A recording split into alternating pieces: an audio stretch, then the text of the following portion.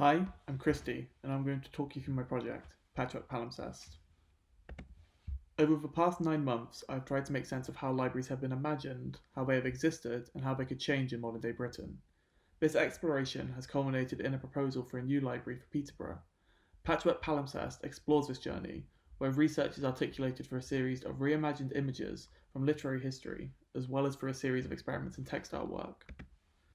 My architectural proposal is to create a condensed library offer within an existing Victorian building, while stripping back the current operational library to create sheltered public space.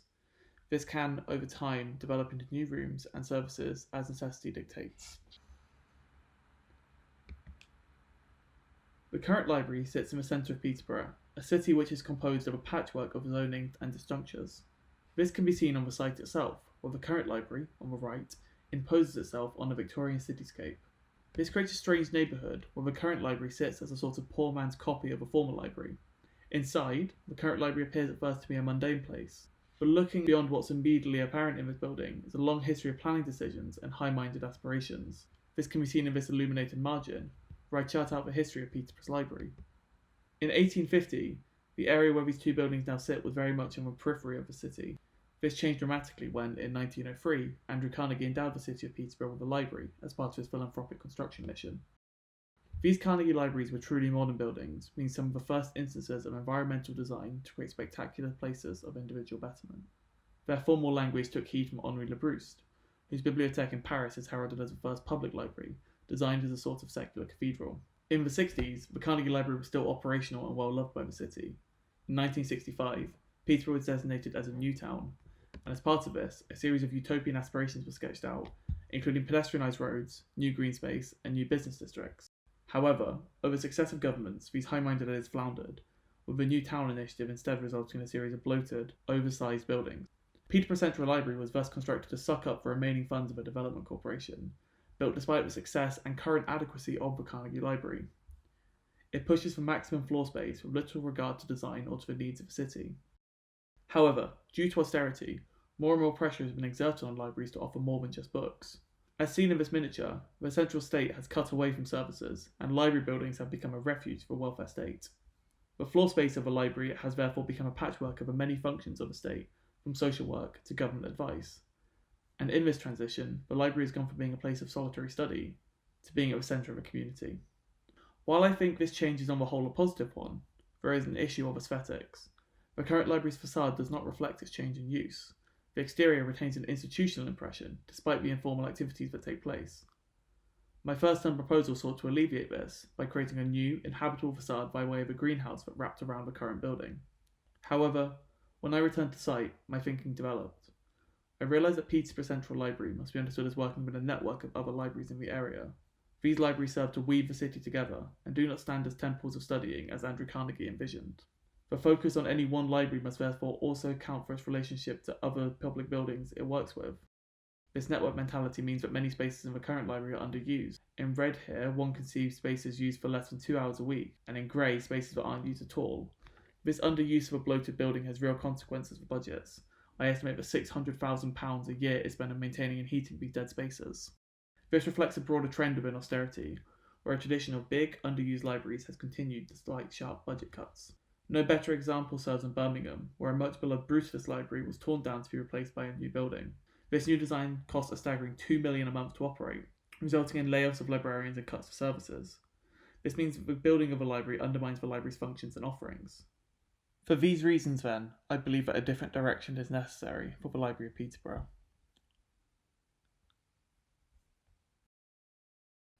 To figure out how Peterborough libraries could better serve its users, I asked myself, what is a library? I believe that a library is a confluence of users that come together and interweave to make it what it is. In this way, the library is a fabric. Just as in textiles, each thread must come together to create the fabric. Likewise, the library is made through the sum of its users coming together. My job, therefore, is to design a building that weaves people together. And to do this, I need to break the design cycle of short-life, wow-factor buildings that we see at Birmingham, and instead, create something that reaches out to its surroundings. The question then is, what form does this new library take? For answers, I looked to Cambridge, Ontario, whose new idea exchange opened in 2019. This central library is heralded as the world's first bookless library, giving space for social interaction, not books. They also chose to work with the existing fabric of the city by creating new interiors around a former post office. While the priority of interaction and existing buildings is laudable, its execution is faltered. Without the presence of books at the idea exchange, the spaces become confusing, and user groups become divided across different floors. Through the successes and the issues of the idea exchange, I began to formulate my design principles. I want to create a library that becomes defined by its users, that is embedded in a library network, that works with existing buildings, and most importantly embraces the complexity of the history of libraries. In doing this, my proposal seeks to strip back the two existing buildings to their structural elements. Modelled here, the Carnegie Library has a masonry and steel frame construction, while the Central Library was built with a concrete beam and slab structure. From these, I envisioned a network of buildings within a garden. This is achieved by creating a consolidated library in the Carnegie building, and more flexible space in the central structure. Then, these two become connected through a new park. The functions of these spaces become connected through a central spine which traverses the two. And so the new campus unfolds like a scroll before the user. One enters into the Carnegie building, with openings in the floors revealing the different services, before entering the new park space which enmeshes the central library's frame. This therefore brings me to my final design, a patchwork palimpsest. On an urban scale, the design proposes a transformation of Fitzwilliam Street into an access road. Between 9 AM and 9 PM, the street becomes pedestrianised. Library trucks to exchange books between Peterborough's library networks can access the Carnegie building through this route.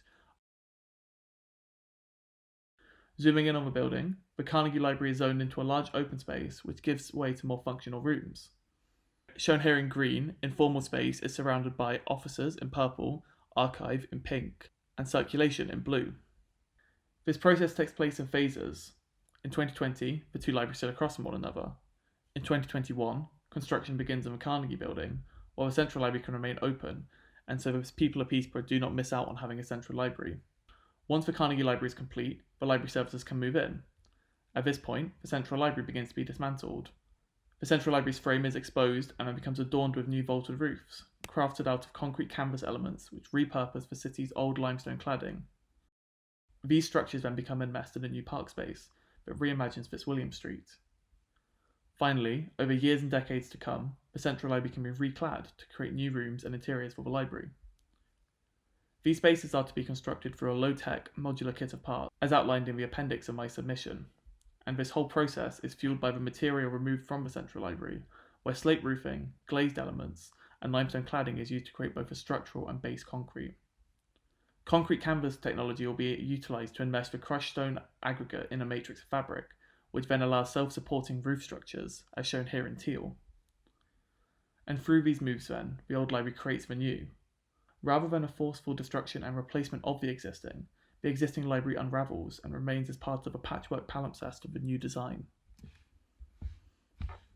Focusing on the Carnegie Library for Phase 1, the existing structure is revitalised through the new roofing components to create a striking facade. In plan, one can see the building condenses the library services, which then revolve around a large open space.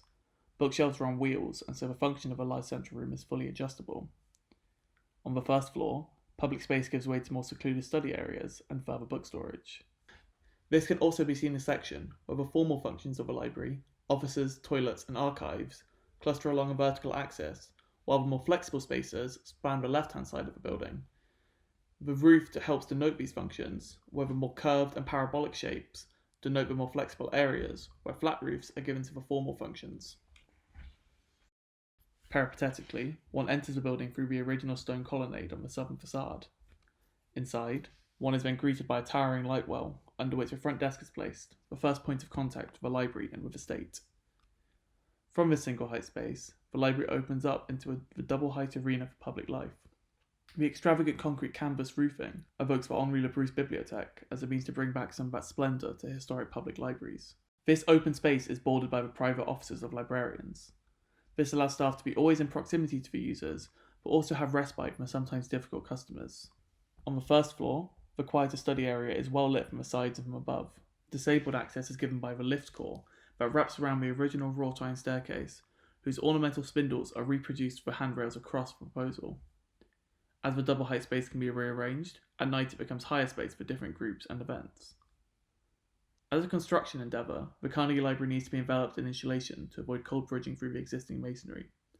Insulation foil nimbly wraps around the windows and openings, while the floor is insulated with traditional insulation panels. The roof, the most complex part of the design, requires insulation to wrap around the concrete canvas, which is then topped with copper cladding. Photovoltaic cells are placed in the south, southeast, and flat roof elements to give the library campus a degree of self-sufficiency in its energy needs. Zooming in on the roof again, we can see that the roofing element meets the existing wooden rafters through L-beams. As daylighting was a core concern of library design, the building is already well sited for the ideal lighting for a library. These images go through a typical day and show that the shallow floor plan and large openings ensure ideal lighting for a reading space. The library's verticality is then used to give a stacked ventilation, where air can enter through existing vents and exit through window vents. These technical details come together to give the spectacular spaces a reduced operational cost, going some way to avoiding the debacle of Birmingham's new library. Moving on to Phase 2, the central library, the building becomes unravelled through its exposed frame. With the new elements and parts placed around it, the design becomes far removed from the original building. As opposed to the Carnegie building, the central library begins as a very open space, with just two small enclosures on the northwest and southeast corners. In Phase 2, the remainder of the central space becomes roofed areas and patches of green space, open and accessible for outdoors activities. These enclosures act as service cores, public loos, kitchens, and storage space to assist the outdoor areas. Over time, however, the space can be reclad and new rooms can be integrated into the library campus. Through the aforementioned kit of parts, the roofed outdoor areas become indoors. Here, the construction strategy is decidedly more low-tech, so in theory there can be a quick turnaround in making the rooms. In section, one can see how the service enclosures become a node from which the new rooms grow. In this way then, the central library begins as an open area for events such as outdoor cinema or antique sales, but can over time become a new children's area of a library or any other many functions that might be needed in the future. These two structures are therefore embedded within a garden.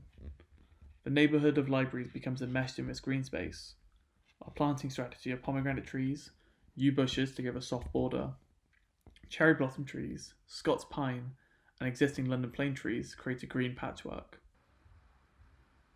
This green space then encompasses and enters into the central library structure and creates a new garden for the city. Looking back out to the overall proposal then, Patchwork Palimpsest gives the citizens of Peterborough an unfolding patchwork of spaces. In the reimagining of what a library can be in the modern day, spaces become opened up, functions become flexible, and the library is given the framework to grow over time.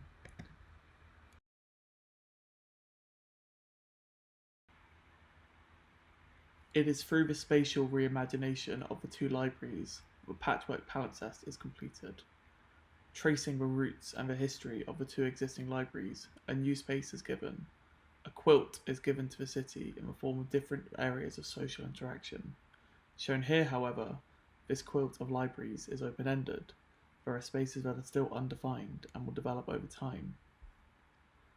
This gives us, therefore, the Patchwork Palimpsest that is woven out of its history, that traces the past, and also looks forward to the future, creating a new framework for library design and library operation. Thank you.